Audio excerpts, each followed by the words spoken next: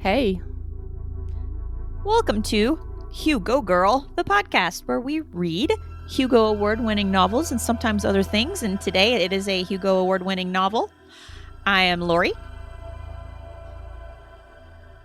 Anybody else got a name? I'm Amy. I'm Haley. And we're all home for the holidays, so we're recording remotely. So we have no visual cues of who's going to talk next. So I have 3 new reviews to share. Dun, dun, dun, dun. Yes. Thank you. Thank you, everybody, for leaving reviews. And here's one thing I want to say about Apple Podcasts. I might have said this last time. Apple Podcast has a very silly policy, I guess, of only showing you reviews from the country that you're in. I don't know. It's probably got something to do with the lawyers. I don't know. But I get emails from Chartable, which is this like little third-party service that will be like, you've got a new review. And then I never see it on Apple Podcasts. So we got a new one from Germany and we got a new one from Canada. So that's nice. Yeah. And thanks to Chartable, we actually know about it because otherwise we wouldn't. So on you, Apple Podcasts. And also, like, why is Apple Podcasts the be-all, end-all anyway? Anyway, so we got a nice 5-star review from a German user called American Umlaut. Oh. And it says, excellent sci-fi literature podcast. I'm a lifelong science fiction fan raised on Heinlein and Asimov by fan parents and devoted to the genre ever since. These ladies are a must-listen for any fan, bringing a sadly much-needed fresh perspective to a read-through of some of the greatest sci-fi novels ever published. I'm hooked and am enjoying the deep dives into my own favorites as much as I am the opportunity to hear about Hugo winners that haven't crossed my bedside table yet. Thanks for the great podcast, ladies. You've got a big fan here. No. That's so nice. Yeah, thank you. I love an umlaut in America. Yeah. And then Gal Dornick, that's a person's username, which was fun because that was a character from the last book that we read. Foundation. That would be Foundation, yeah. And it says, regular and special episodes, regular review episodes of past Hugos are pretty good. Special episodes are great. The one on Lord of the Rings as docudrama had me nearly pee my pants. The one on the Narantal Gem, a fairy tale, did. More specials, please. Don't you worry, Gal Dornick. Haley, you made someone pee. Yeah, we got an episode coming up. Oof. Just wait, y'all. Yep. It will be a fun springtime sensation. And then the last one is from user Art Sifton, which I Googled that name and found out that Arthur Sifton, was the premier of Alberta from 1910 until 1917, and he grew up in Winnipeg, so maybe he's related to Kevin's family. And he died in 1921, so he's left us this review from Beyond the Veil. Time dilation. Yeah, exactly. Art says, necessary perspective on classic sci-fi works, solid podcast that's nicely produced. Kevin was very happy about that. Mm-hmm. Well-researched and insightful. Glad to hear their thoughtful perspective on some of my favorite books, even when they dislike the books that I love. We did it. Yeah, Yay. well, I appreciate that too, that people like to listen, even if we don't have the same opinions about the books. I think that that's nice that people will still tune in. And we love that you love them. And heck yeah, shout out to Kevin. What is up? Yeah, shout out to Kevin from his fellow Albertan. I was telling a friend the other day that when all 3 of us like a book unanimously, it's pretty rare. So there's always going to be like something that you can agree or disagree with, I think. Yeah, for sure. I think the Halloween ones are the only ones we agreed about. Because we like witchy shit. It's true. Yeah, exactly. Ghosts and witches, we're all going to like it. And lots of breakfast like our last one. Yes. The more breakfast, the more likely it is that we'll all enjoy it. Mm-hmm. Okay, so let's dive into this book. Today's read is The Forever War by Joe Haldeman, and it won the Hugo Award as well as the Locus Award in 1976 for Best Novel and the Nebula for Best Novel in 1975. It was published in 1975. And a couple fun facts. It was written for his MFA thesis and then later published as a serial in Analog magazine in 1974. And it has an interesting publication history. So the version that I read is not the version that won the Hugo. It is the author's preferred version. So there were some changes that were made to publish it originally, and it wasn't exactly what he wanted it to be. And so it was later reworked, I want to say like in the 90s maybe. And so the version that I read that has an intro by John Scalzi is the version that Joe Haldeman preferred. Okay, good. That's the one I had too, I think. Yeah. And I don't know in what way it differs from the one that won. I mean, I imagine it doesn't differ a huge amount. But anyway, so that was interesting. And then a film has been in development since 1988. The current iteration plans to star Channing Tatum as Oh. I'd watch that. I'd watch that. That toe of a man. He looks Toe like of a a thumb. He looks like a toe and a thumb, maybe a potato. I like him, but yeah. Oh my God. He's very hot though, so it's okay. My mother loves him. I'll get her to come in and do a guest spot on her love for Chan, as she calls him. We can interview your mom as an expert on Channing Tatum. Chan. I think he has small ears. Oh man, one day we should do an episode about Jupiter Ascending. Oh, can we please? That might be my I love comfort that read movie. that I might make you guys do that. Okay. And lastly, this book is book number 1 in the Sci-Fi Masterworks series. Okay. Brief plot summary. I'm going to try, since this book takes place over 1,000 years or 5 years, depending on your perspective. So, the story follows young physics student William Mandela, who has been conscripted into an elite task force for a space war against aliens called the Torrens. The first part of the book goes into their training, and at first it felt a lot like Starship Troopers, only with a more sardonic tone and a lot of smoking pot and a lot of sex. He is at war for about 2 years from his perspective, but then he returns to the Earth in the year 2024, and he finds it confusing to say the least. Resources are scarce, and homosexuality is compulsory, which makes him very uncomfortable. But he thinks he's basically okay with it until he finds out his mom has a female life partner. So then he nopes out and goes to a weird semi-enslaved agricultural commune with his fellow space soldier and lover, Mary Gay Potter. They have some misadventures, and then they decide to re-enlist. They quickly get blown up, like a big time, like they've lost limbs, and they're sent to a hospital recovery planet called Heaven. They have a nice time for a while. They recover, except one time when a shark ate someone, and then they decide to re-enlist again together. Space military promises them they'll be assigned together, and they are, and then literally seconds later, they are reassigned to separate locations. So they assume that's their final goodbye. At this point, Mandela is basically in charge of the space military because he's survived for like 700-ish years at this point, even though from his perspective, he's only 25 years old and not very good at being a soldier or making war. He's just managed to not get hit or not get hit catastrophically. He deals with a lot in a short period of time, including surviving an assassination attempt, a low-grade mutiny, and an accidental earthquake on a hostile planet. He and his surviving soldiers finally get scooped up and rescued, only to find out that the war is long over and humanity looks very, very different. So from his perspective, he lives through the war for about 4 or 5 years, I think. But while on Earth and for the rest of humanity, several centuries have elapsed, maybe even like 1,000 years through the course of the book. And I think we can talk about the end during our general discussion, or we can maybe not, because it is very dramatic. And I don't know if we want to spoil it. I just don't know. I think the only thing I would add to that is that the war that they're fighting is against an enemy that no one's actually ever spoken to. And so it's like there was some skirmish in space that people had scarce details on, and then they launched this war against these other entities called the Torrens, and that's what we know. That's it. Yeah, no one really knows exactly why it started, and we don't have a communication method, so no one's ever been able to, or really tried to just like, can we talk? Like, we don't have anything in common that we know of. Yeah. This is why, So even though I love space, we should not go to space because we'll just kill things. Right. Yeah. Or like, if we could just go and mind our business, but it's very clear that we can't. Okay. Goodies from Goodreads. Oh yeah.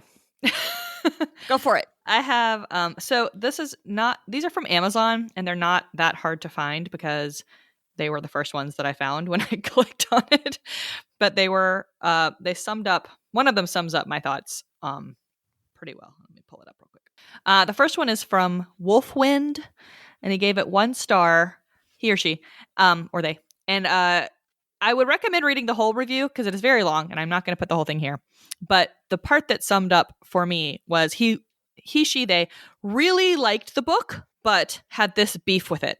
This book aged very strangely, and I'm not talking about the dates or the idea that we had interstellar travel by 1997. I also get that this book was meant to be commentary on Vietnam, but it does not read like that at all. Instead, it reads about a hetero man watching the dreaded gay agenda put on fast forward and trying to cope with it. And it just so happens to take place during a war.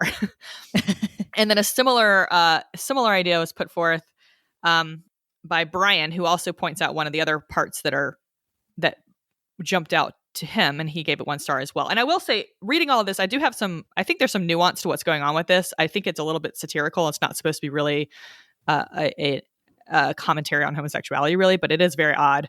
And then there's this other part that's very strange. And Brian puts it this way. The problems start when the military shells its own recruits in the middle of training.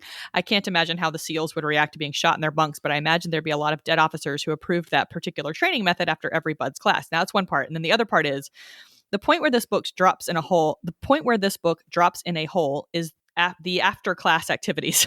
Essentially, women are, quote, by tradition and law, toys for the men. As the characters and the women are unwilling draftees, this is essentially a military with a side helping a female-specific sexual slavery.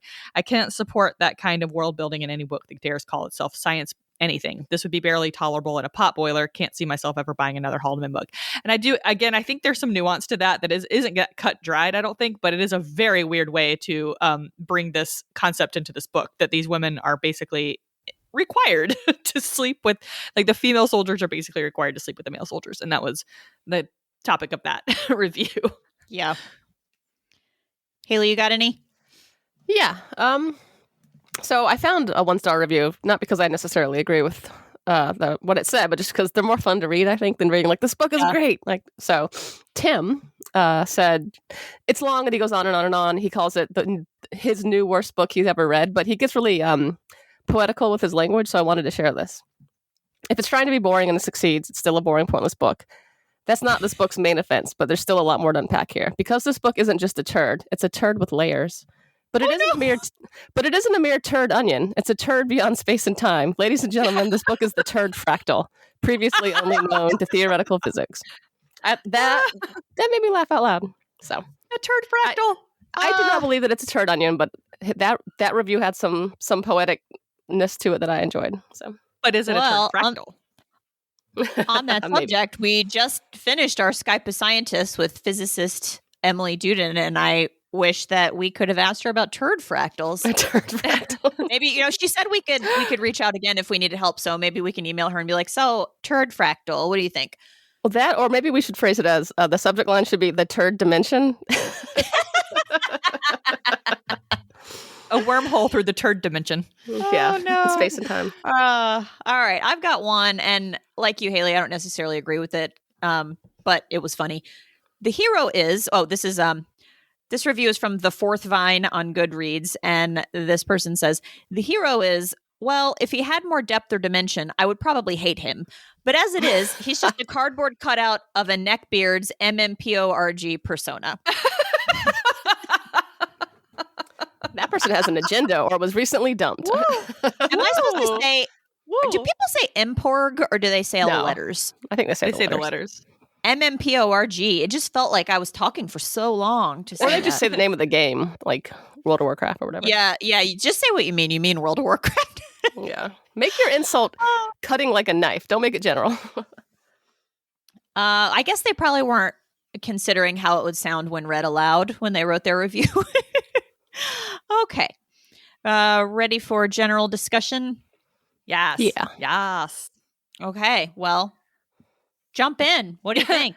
Well, I actually did want to start with this so it's a military book, but he has a lot of social dynamics woven in. And there's the part where every time he jumps back into real time, the homosexual agenda has been forwarded. And there's also this odd gender dynamic that he has rolling around in his amongst the soldiers. There's this compulsory sex thing that happens. I read a Reddit Q&A, like he did an AMA. Haldeman, did you read that? Yeah, I did. So one thing he says is that he didn't write the Forever War. Somebody asks him very specifically about that, about the inclusion of those sorts of things. And he says, I didn't write the Forever War as a prophecy. If anything, it is a social satire. And then he also wrote that he was trying to create a science fictional USA that satirized various aspects of the so-called there and then, what was going on when he wrote it in the 70s. He lived in Iowa City, which was a hotbed of gay activism and, of course, anti-gay outrage. And he also says that he had a very good friend who was an out man at the time, which was, not easy to do, and that it kept him from getting tenure. And it was he thought was a pretty drastic for an academic who'd been in this position for 10 years. So he had a lot of it sounds like, and he also says, my own position is ordinary for a straight male born in the 1940s. I don't understand desire and love between two men the way I understand desire and love between a man and a woman. That doesn't mean I think one is more natural than the other, which is criminal nonsense. One is just more unusual than the other. He says that's a statistical observation, not a moral judgment. So, it's typical 1940s guy. Some of my best friends are gay. Exactly. Like, so one of my best friends is gay. So I think it's something that he was definitely, wrestling with. I don't know that he was necessarily trying to come down one side or the other, really, but it is a very interesting way to put this into a science fiction book. And it's obviously a big deal to him. It's a big part of the book. He's thinking about it a lot. He is thinking about it a lot. And so I just think it's an interesting place to start, like where I don't know. I was baffled by the inclusion and baffled by how much of a plot point it was. Yeah. Well, one of our listeners, Ronnie, on Instagram did ask about that when I put out a call for questions. And Ronnie said, I can't tell if the portrayal of sexual orientation here is progressive or regressive or both. And yeah, for me, I think the answer is both. Yeah. I mean, he also predicted the use of basically they, them, their pronouns too. Yeah, I know, which was very interesting. I mean, I think he's definitely like we're watching him wrestle with it in real time almost. Like, like he starts off very, put off by the idea, then he kind of gets used to it, I guess is a better way of putting it. Like he develops a friendship with this other guy, Charlie, and he sort of gets used to it. But then when he's given an opportunity to, go back to the way he thinks things are normal, he jumps right on it, right? Yeah, I mean, there's probably ways that, I understand what he was doing. I still didn't enjoy reading some parts of it. Like, I think the part where he's like, it gives him like the shivers. Like, come on, dude, Jesus Christ. Yeah, I think so.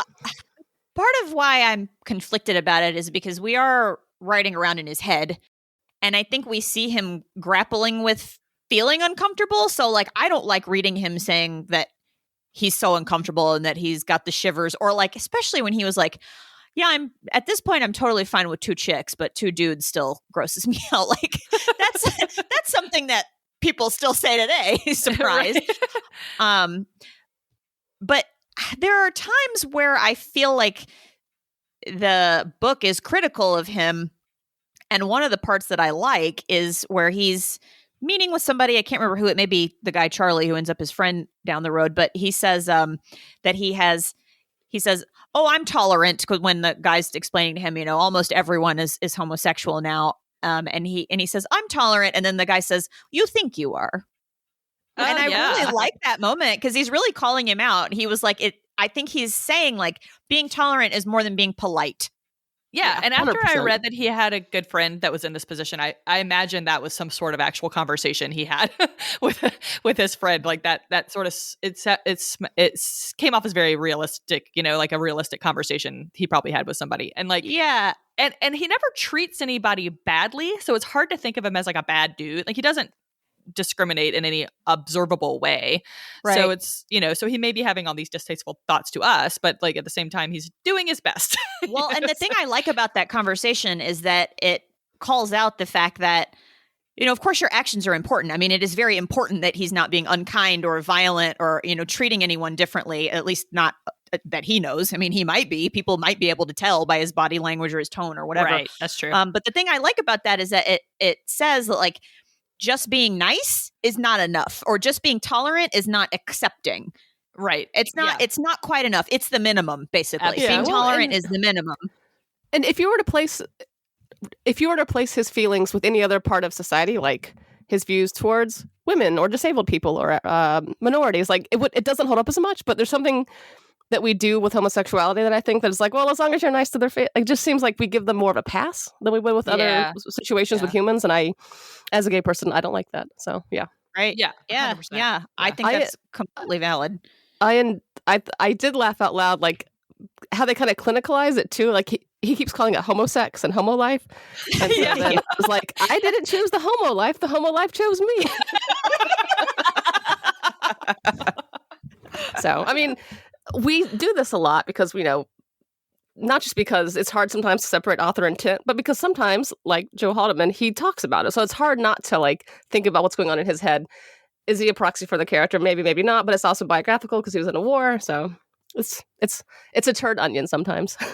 Yeah. Well, and he has said in more modern interviews that he regrets some of the portrayals of gay men in the book, and that if he wrote the book now, he would do it differently. So he recognizes that a lot of this didn't age well. But I do think he's doing more with it than just being like, ew. And it doesn't all work. Yeah. But I just got really fixated on the whole, like, well, you think you're tolerant, but your psychological profile says a little different. So I think that's just interesting that he may not even know himself as well as he thinks he does, or doesn't want to admit how he really feels and like what work he needs to be doing. His poor mother, who just finds love, and he's like, no, I'm going to go back to war. I know. He finds out his mom has a part-time girlfriend roommate, and he's like, well, Checking out. Know. Yeah, he just left. He didn't leave a note. He was just like, well, bye. Oh, I thought his mom died and then he left. Oh, he left when he found out she had left. That's when he goes to the commune. Is that right? Yeah. Okay. Gotcha. I think he left twice because I think he came back right before she died. Yeah, that sounds right. Okay. And then which is ironic again. Because he said he was okay with 2 chicks, but I guess not when it's your mom because he can't fantasize Well, not about yet, too, though, because exactly. It's not hot when it's your mom. Yeah. And also, like, his mom's girlfriend was like in her 40s. I mean, gross. And he says that he's fine with 2 women. It's a few years down the road. It's many hundreds of years / a few years down the road. Yeah, that's true. Yeah, he doesn't come out looking all around rosy, but I don't think he's supposed to. So I think it's like, yeah, I think that's right. Clumsy, but there's more nuance than just him being homophobic, I think. Yeah, for sure. I agree. Yeah. I would like to talk about. Oh, go ahead, Amy, if you're not done. Oh, no, go ahead. So I like military fiction a lot. I like to read about training. I like to read about weapons. The descriptions of the battles in this bored me to tears. Anybody else have that experience? Yeah, the first part, like the training and everything, I just felt like I was reading Starship Troopers, only the narrator was not excited about it, like Johnny in Starship Troopers. And I was pretty bored. But I really liked once we got through part 1, I started really enjoying it. And I did like some of the battle scenes. Like, I thought that the stasis field with like the javelins and swords and stuff in it was very funny. Like, suddenly all our ray guns stopped working inside the stasis field and we're like Joan of Arc with our swords. I thought that was very interesting.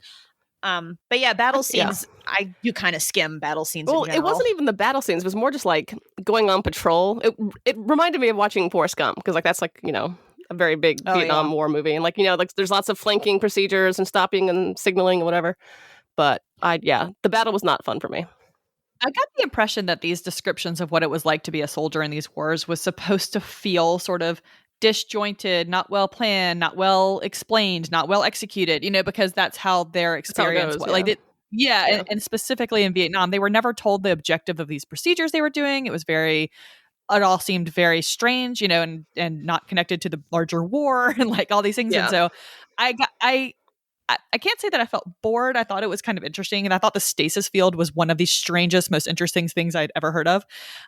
So those kinds of things I found interesting. But I also felt like he was making a point about what it felt like to be a soldier in these long, pointless wars. Oh, yeah, definitely. Yeah. It just got a little cumbersome at times. Yeah, I mean, it doesn't necessarily make for compelling reading. Agreed. Yeah. But I think that's like on purpose, but also is it entertaining for an audience? Not necessarily. Did you like the fighting in this one better than the fighting in Starship Troopers, or the other way around? I think Heinlein's a slightly better writer. So yeah. Oh, see, I disagree. Oh, that's interesting. I think Haldeman's probably a better writer, but I think, to me, obviously, this is my opinion, that Haldeman's a better writer. Does better writery stuff, but Heinlein puts you in the action a little better. Well, yeah, because I think he's a better technical writer, whereas like Haldeman knew about war and how, writing about a fun, fascist type Starship Troopers battle is more fun than writing about like the futility of combat and the waiting and that's the true. terrible periods of boredom. So That's true. Oh, and they were so bored so much of the time. God bless them. I mean, that's Did you war. know War is that- like mainly waiting. Yeah. Did you know that Heinlein sent Haldeman a letter and said he really enjoyed the book? Yeah, they met in person and he told him that. Yeah. And it meant So a lot cute. to Haldeman that he liked the book. He thought it's different than how I think about it, but I still really enjoyed the book. So that's nice. He likes Heinlein and Hemingway, which I thought was interesting given the macho-ism behind his book. Haldeman likes Heinlein and Hemingway. Heinlein, Haldeman, Hemingway. HHH. So Emmanuel, our nice friend Emmanuel on Twitter, who Hi, has Emmanuel. yeah, he posted a cool picture wearing one of our logo sweatshirts, so that was cool. He said he wanted to hear us discuss time dilation and its effects on relationships, and we will be having a special mini-sode coming out where we're discussing time dilation with an awesome physicist. So look out for that. We're definitely experts at this point. Oh, yeah. We got a PhD in physics today. Yes. She's that good of a teacher. 45 minutes, and it's like, oh, well, I get it. Shout out to Emily. But yeah, I think this is an interesting topic, and it's my favorite part of this book because I'm not into the military aspect so much. And when you,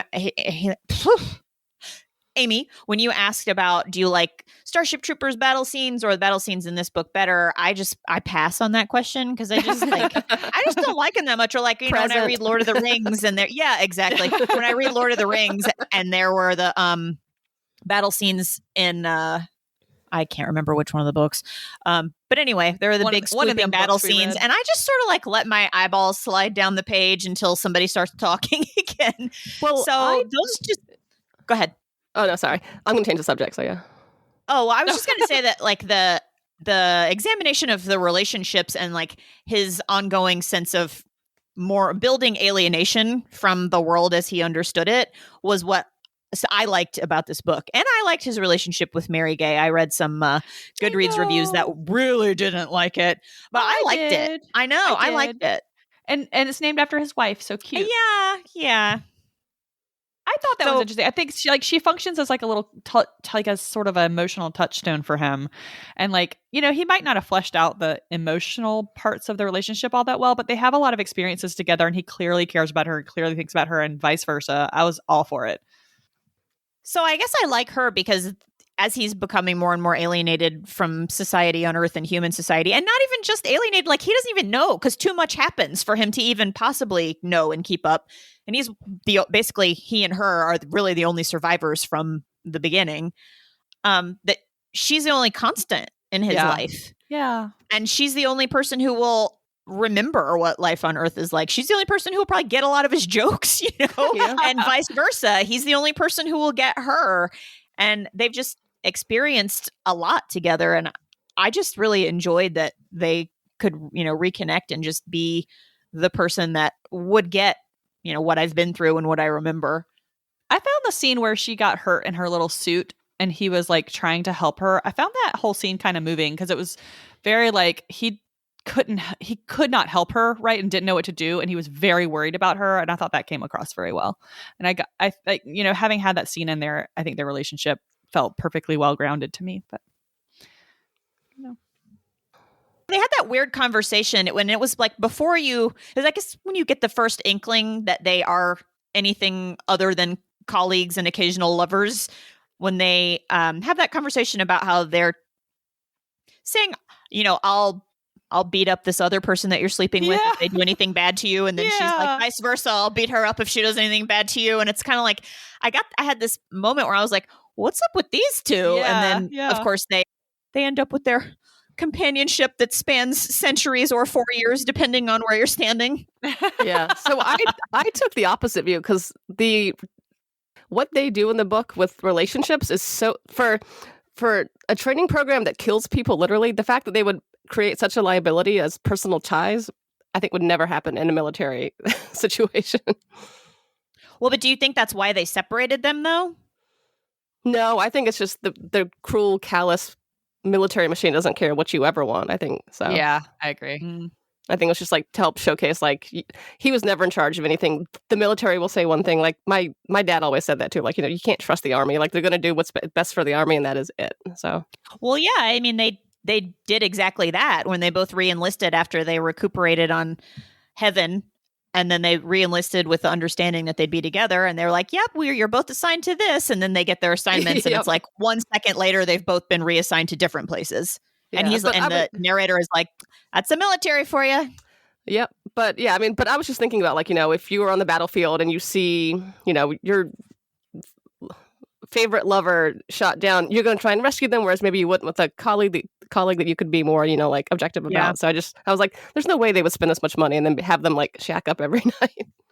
Yeah, I was confused by the compulsory shacking up with the soldiers. Like, I didn't understand what purpose it was meant to serve. It didn't happen in Starship Troopers, the book, but it happens in the movie. They're like all of the infantry is like having sex in the shower, and it was just like fine. Oh, I think it's just a way to. The interesting thing about Starship Troopers is that it is so sexless. Yeah. Like, in the actual book, the most you get is like, oh, her beautiful smile. That's what we're fighting for. And I was like, oh, really? There was not a single boob in that book. That was kind of nice. I think the inclusion of it was either, I think it could serve a couple, I was wondering about this too, and I think the inclusion of it could be a couple different things. Like, it could be Haldeman sort of in putting in something he wished he'd had when he was in Vietnam. 100%, yeah. Or it could be or he could have been kind of spicing it up for publication in the magazines, just sort of putting something in there that he thought would sell.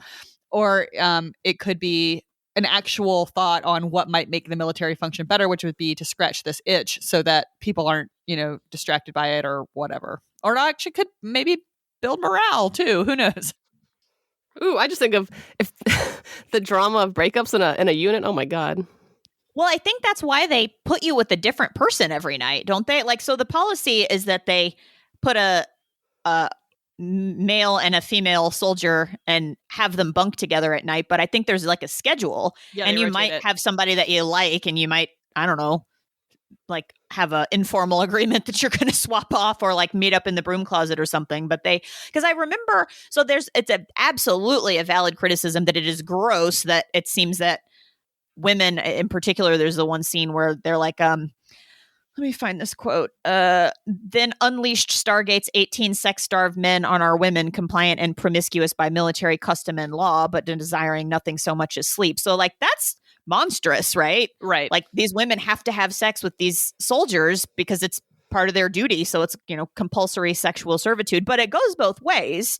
So in one of the early chapters, it's not put in such, like, kind of horrifying terms as we see it in that particular passage. But in one of the early chapters, Mandela goes to bed, and the woman who's assigned to bunk with him that night wants to get it on. And he was like, isn't that always the way? You get a sleepy one when you want to do it, and you get a horny one when you want to sleep.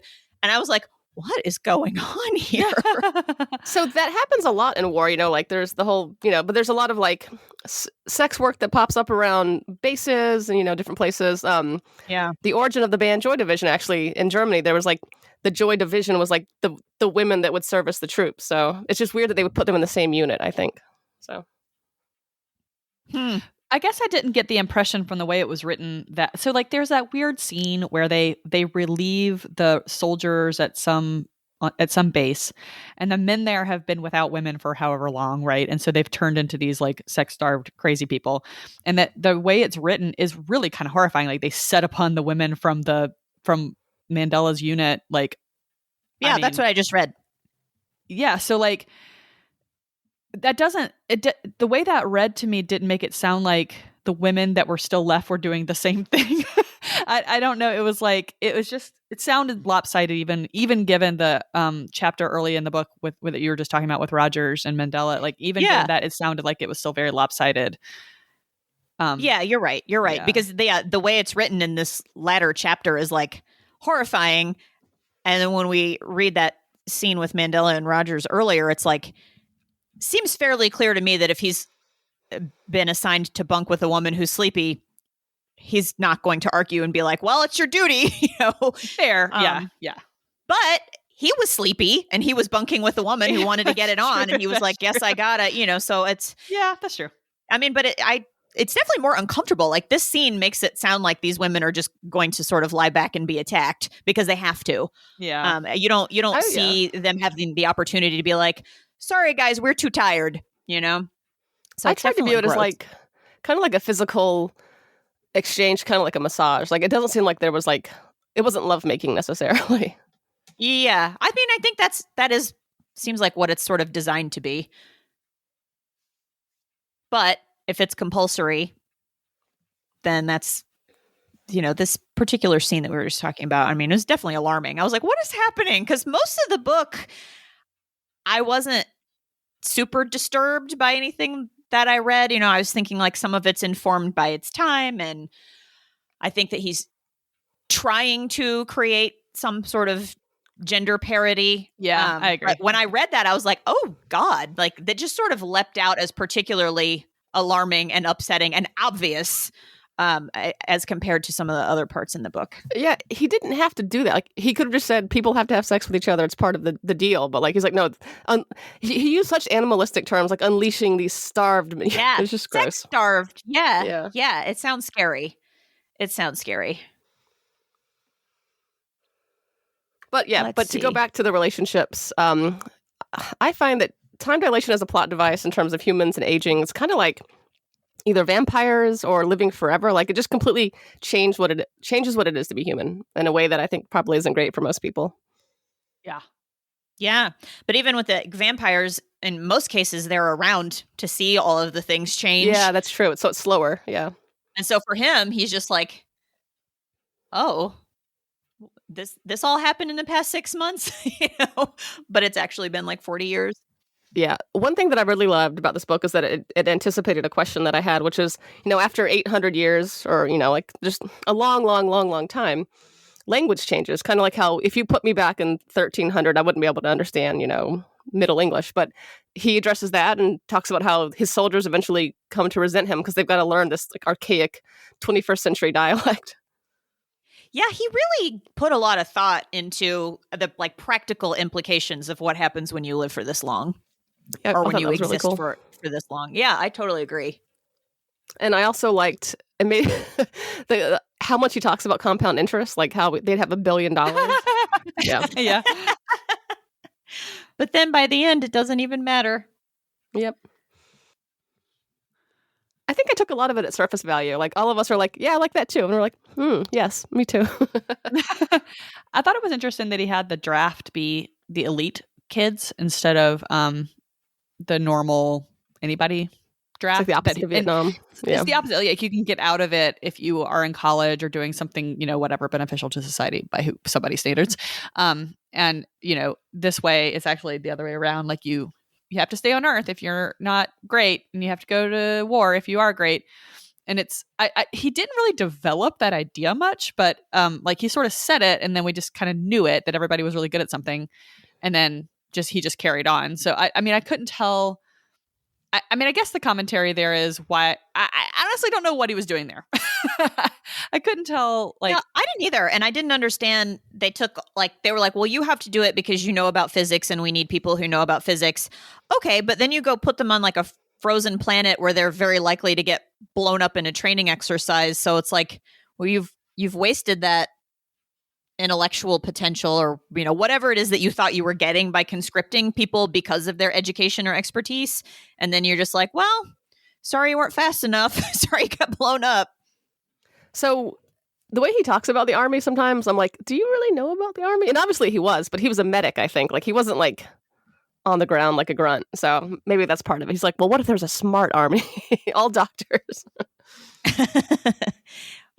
All doctors, and we still end up at war for 1,000 years. Mm-hmm. Just because. It seems like a strange choice to make, to send the ones off that would theoretically be the, I don't know. I do not want to sit here and say smart ones. He used the word elite. Just the concept that we're sending off the ones that would normally be doing professional degrees or doing science or doing what, right? And we're keeping the ones that aren't. Like, so if you look at the draft the way it was and the way people were able to avoid the draft, it also seems extremely weird and dodgy that we don't make people go fight. What's that? It was by class. If you were in so it's college, like you could afford college, or you were rich, like a senator's Right. son, like the song. So maybe, so it seems awful to do it that way. It also seems very weird to do it the way he's describing it, but I don't know what the right way to do it was. Maybe their answer is don't go to war. But, it seems, I don't know what the answer is there. I think he was just playing opposite day. He's like, no joints, joints. Smart, not smart, whatever. Like, I think he was just like, sex, no sex. He was just like, what didn't I have? We're going to have it. So. He was just having a thought experiment that didn't really but I guess as a thought experiment, I'm not sure what I think the answer is. It's like, all right, so you have a draft.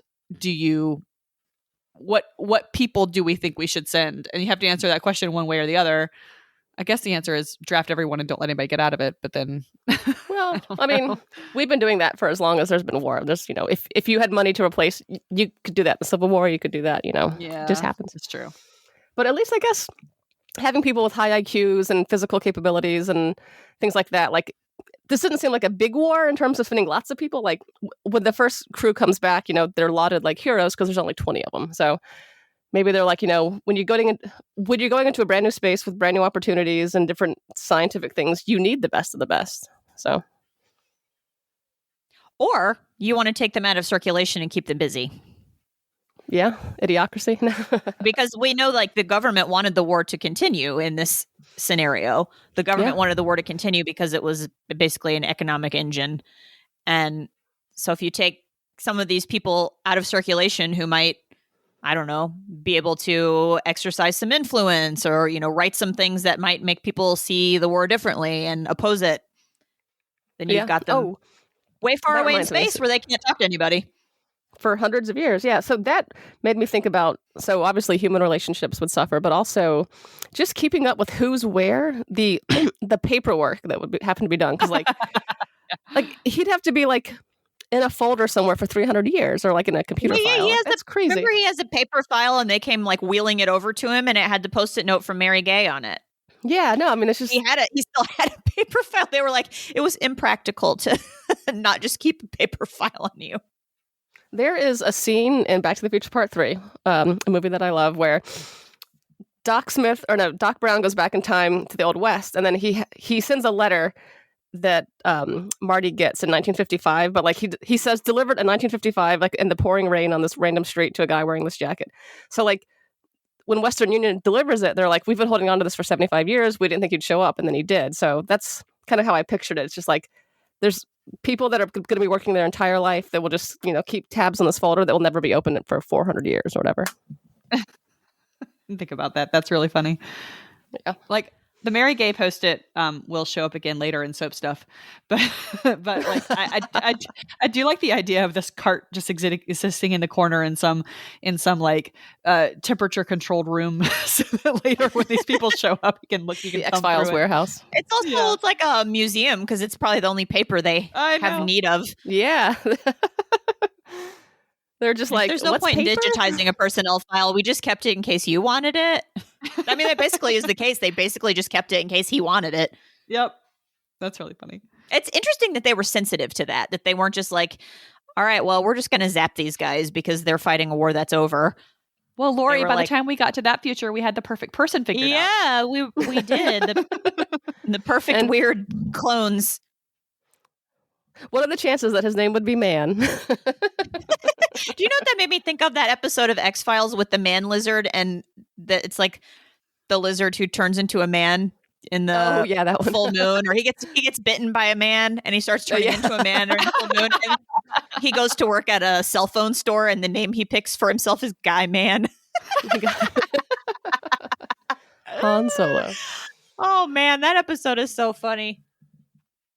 I would like to talk about the way the Taurans look. Okay. Yes, please. I wanted to do like a drawing of this, and then I just didn't because I don't like drawing. I'm not good at it, but I thought it would be funny to try. The description of them is so funny. He had 2 arms and 2 legs, but his waist was so small you could encompass it with both hands. Under the tiny waist was a large horseshoe-shaped pelvic structure, nearly a meter wide, from which dangled 2 long, skinny legs with no apparent knee joint. Above that waist, his body swelled out again to a chest no smaller than the huge pelvis. No smaller than. I mean, that's a funny way to say it. Is it the same size? No, or is it smaller than. It's like His saying arms not look- and like. It's like, just say like. Yeah, right. His arms looked surprisingly human, except that they were too long and under-muscled. There were too many fingers on his hands. Too many. How many? I'm picturing like a comb, just like 20. Shoulderless, necklace. His head was a nightmarish growth that swelled like a goiter from his massive chest. 2 eyes that looked like clusters of fish eggs. A bundle of tassels instead of a nose. That is my favorite part. Like a bookmark. That made me think of the ood. Oh, yeah. Yeah, that was very oody to me. And but you know what? I mean, if it were me, I would say like small tentacles, but a bundle of tassels. All I could think about was like a fan pull, like an actual tassel. Let's see. A bundle of tassels instead of a nose, and a rigidly open hole that might have been a mouth sitting low where his Adam's apple should have been. Well, that's very human-centric. Evidently, the soap bubble contained an amenable environment. Oh, yeah, he was like in a bubble. As he was wearing absolutely nothing except his ridged hide that looked like skin submerged too long in hot water, then dyed a pale orange. In I guess, quotes, he had no external genitalia, but nothing that might hint at mammary glands, so we opted for the male pronoun by default. Of course he did. What? I think he smoked a J, and I was like, I'm going to think of an alien today. I mean, listen, I have not ever read anything else like that, so he did something new, I think. Oh, yeah. Oh, uh-huh. I always... The tiny waist and then the 3-foot wide hips and then the minimum 3-foot wide shoulders and then the little noodly arms and legs. It's like, how's he staying upright? But who knows? If you look up I think it's the image you sent us, Haley, but if our listener wants to look up Jim Burns Forever War Taran, he has a great drawing of these guys. They have a very sassy butt. They are 136, 24, 136. Exactly. When you were talking about Adam's apples, Lori, I was thinking about from Tu Wong Fu. Of course. The Adam's apple. The Adam's apple. Of course. The way she pronounces that is so funny to me. Adam's apple. Adam's apple. And ladies don't have an Adam's apple. Oh, I love it so much. That movie. Okay. I think that's all of my plot points. Shall we move on from general discussion? Sure. Yes.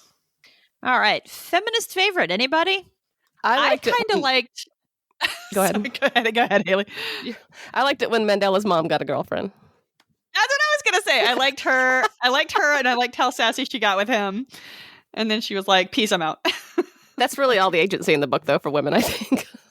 So mine is a little skewed because it's not a scene involving a woman. But I think anytime you call out heteronormative patriarchy, I think that is a feminist act. True. So I've already harped on mine, but it is when the other soldier tells Mandela, "Your profile shows that you think you're tolerant." I really like that. Yeah, that's Such a- good. I also like when Mary Gay, when he's like complaining to Mary Gay that everybody's living the homo life now, and Mary Gay's like, "Can you just like get over it?" And he just sort of does dial it back. He's like, "Yeah, I guess I'm like being kind of a lot," and I like that. Mary Gay also had another good moment when they were on the commune and they get attacked by the looters. And he's all like, Mary Gay's not going to be able to do anything to these people, blah, blah, blah. I'm going to have to take care of everything. And then Mary Gay like takes them all out by herself. Yeah, that's It's like great. when Princess Leia picks up the gun. I love it. Yeah. Yeah, Yes. It's funny that he underestimated her when she's a fucking space soldier and her parents are under attack. And he's like, she's too kind to kill anyone. And she's like, no, I'm not. Oh, I think he underestimated her because she actually did, like, she was one of the only ones that didn't like respond to that weird mental reconditioning they had where they had to kill all the Tarans. Oh. So I think Yeah, she but actually she's- did but have she's a still pretty tough, strong though. pacifist streak. Oh yeah, no, I agree. I mean, I think Yeah, think but, that's why. But if there are like marauders coming after your mom, yeah, I think, you're gonna like, get them. You're gonna get the them. fluffiest among us is going to take them out. They went to the 100%. same space Hogwarts. They're fine. Yeah, you No just kidding. try and come after Aunt Sally. I will show you what I could do with this decorative vase or whatever. I don't know. Exactly. Haley's got a whole arsenal in her podcast closet right now. I'm staring at a Winchester safe right now. Oh my goodness gracious.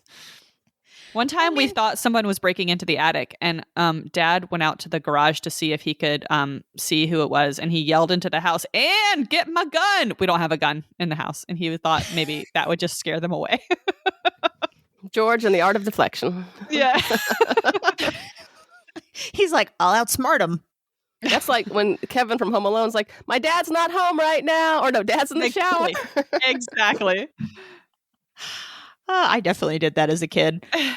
One time I did that, and as I was lying about my dad being in the shower, he pulled into the driveway, and I was talking to the UPS guy, and he was like, what? I was like, ah! So, that happens. You got caught in your lie.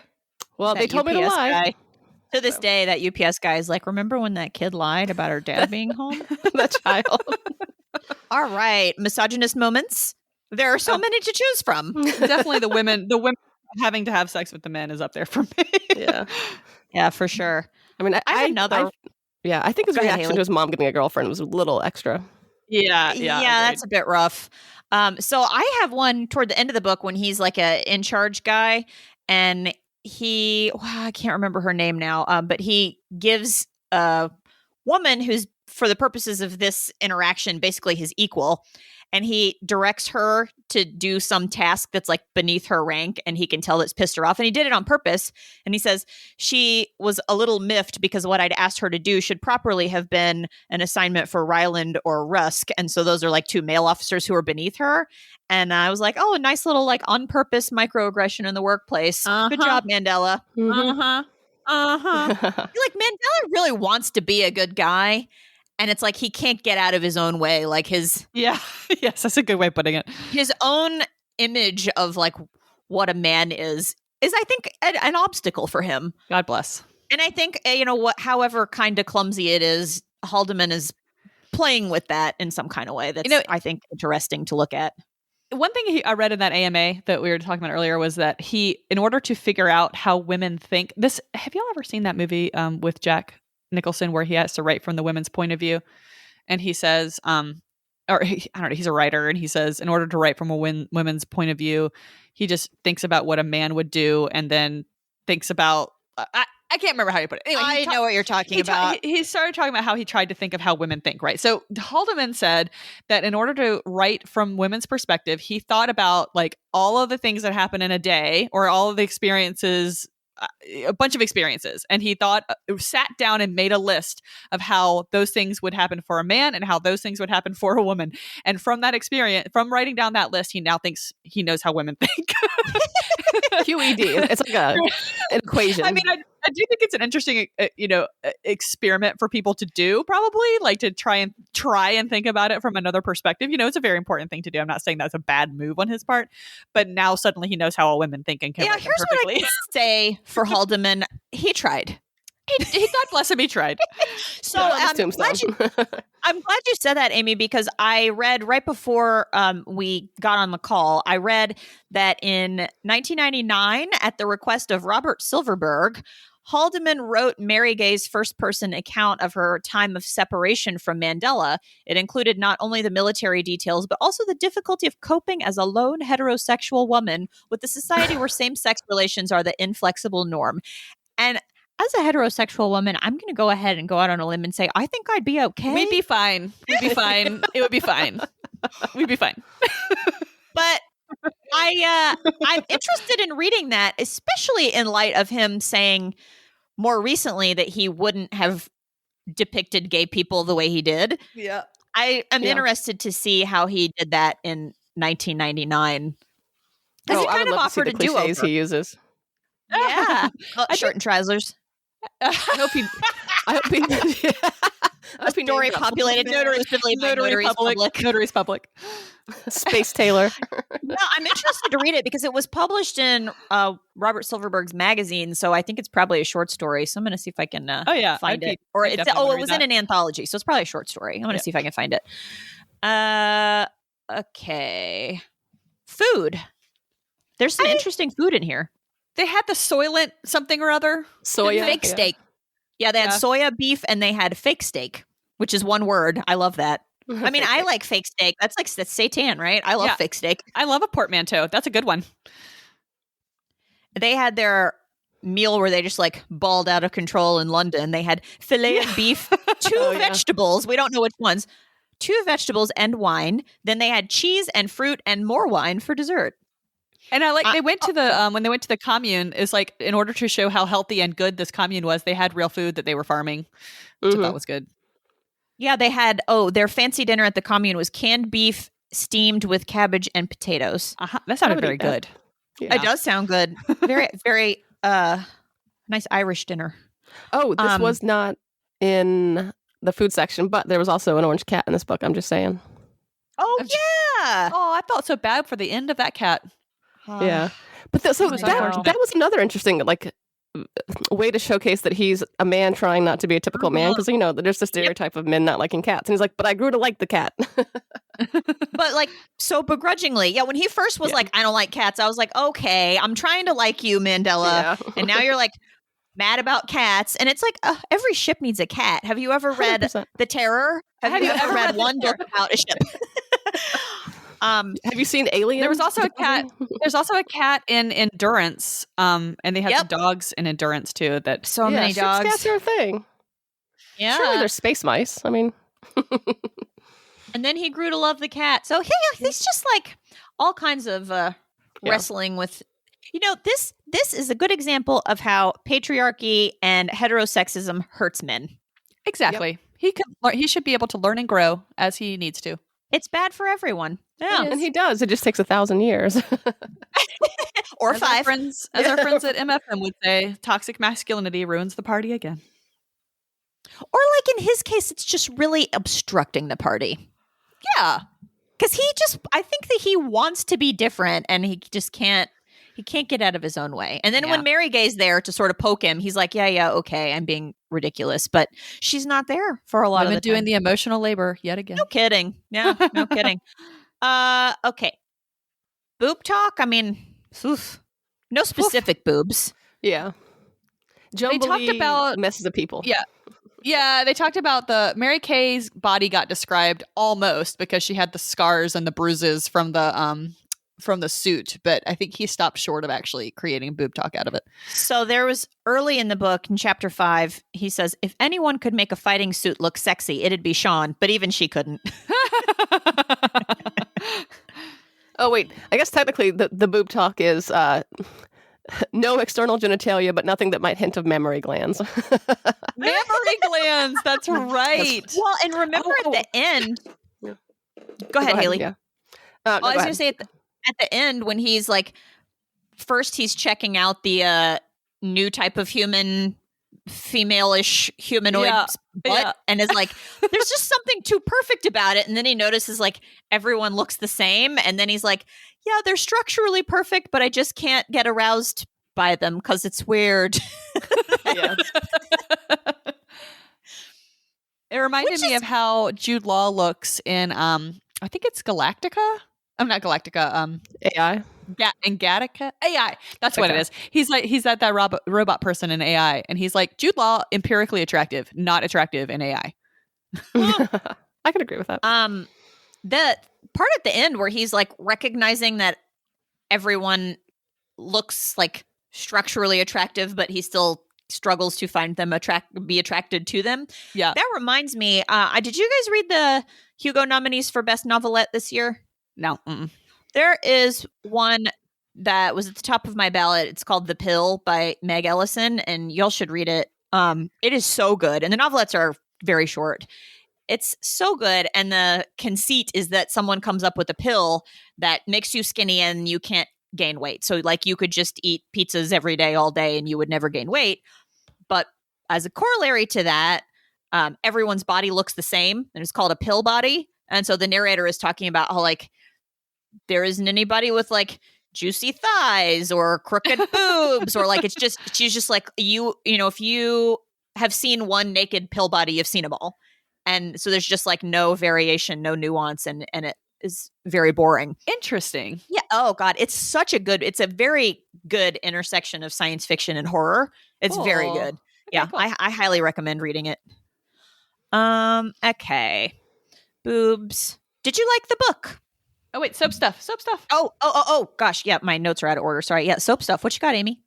Well, two things. Mary Gay's Post-it. I don't know if you are experienced with Post-its, ladies, but Post-its do not maintain their stickiness for very long, especially if they are moved around in any fashion. And so I was worried that Post-it wouldn't have actually stuck to the front of that file forever. And so the fact that it did seems very convenient to me. And then Mary Gay, I felt like Mary Gay putting herself in a perpetually orbiting ship so that she could stay young forever until Mandela came back was a little soapy. That's some love right there. Well, it isn't. I liked it. I mean, I'm not saying I didn't like it. No, I don't. I am not saying I did not like it. But I am saying it's a little melodramatic. Yeah, but I also think functionally she's not giving up anything. She doesn't know anybody in 3126. So Right, that's true. yeah. Yeah. She's just like chilling out on this ship, hoping that the one person that she knows and remembers comes back and has some frame She's of got nothing reference to for lose. understanding anything about her. Well, how long do we think she would have stayed in that ship hoping he came back? Well, she know. said she was 28, so she was like 3 years older than him. So yeah, she was going back and forth for about 3 years. That's not so bad. That's all right. Yeah, Fine. it's not so bad. It's interesting. But it is a big act, though, for sure. Oh yeah, the two of them have more in common with each other than anyone else in the universe. Ever existed, yeah. That's amazing. What if they better didn't not like ever break each up, other? though. I was about to say, it's yeah, really like, good that they like each other. good that they like Yeah. each other. Oh my But god, that's and still her- like a lot of stress. That's like people that live together and work together, like in the same business. I can't. It's just too much pressure. or like yeah. And her note to him at the end when she says, you know, if you're my age and you still want it, I'd love to be your lover, and if you're 90, I'll be your nurse. It was Yeah, so that was cute. cute. I joked up a little bit. It was sweet. I know, it was sweet. They just love each other across space and time. Love is the fifth Yeah. dimension. As Anne Hathaway cornily says in Interstellar.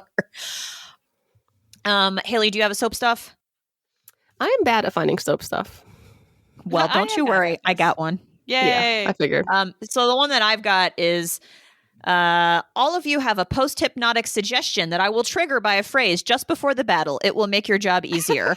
So they've got something they'll say that basically turns them all into super soldiers, even if they're scared or even if they think they shouldn't be doing what they're doing. If they Yeah. see like a little child Torin, I mean, which doesn't happen in the book, but like whatever misgivings they may have are squelched by this post-hypnotic suggestion. They don't know that they've been programmed either.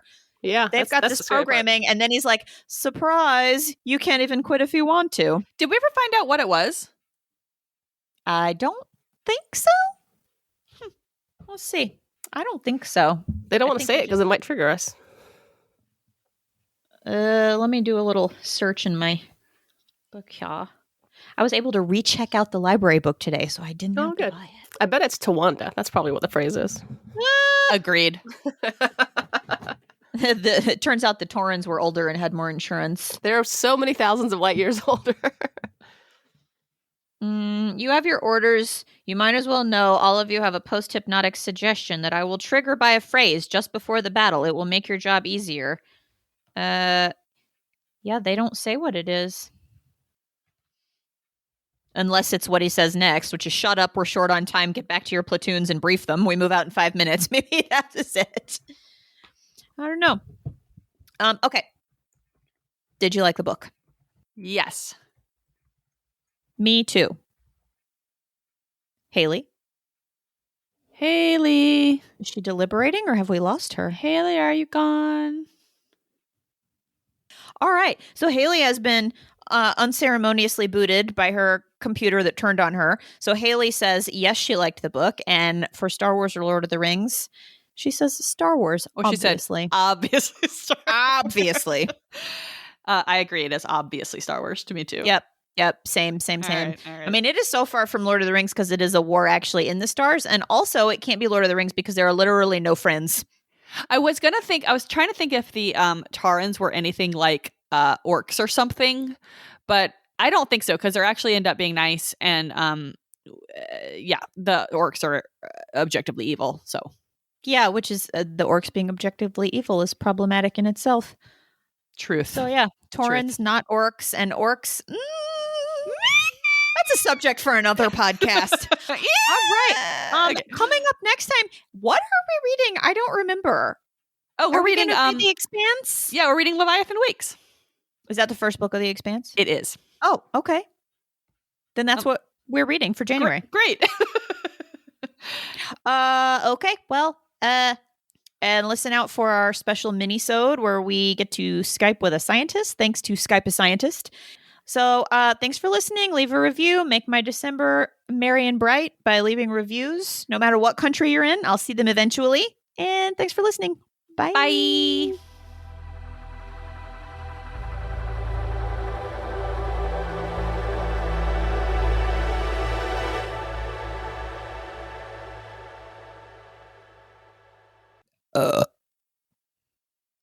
Excuse me. Oh, I made the microphone stinky.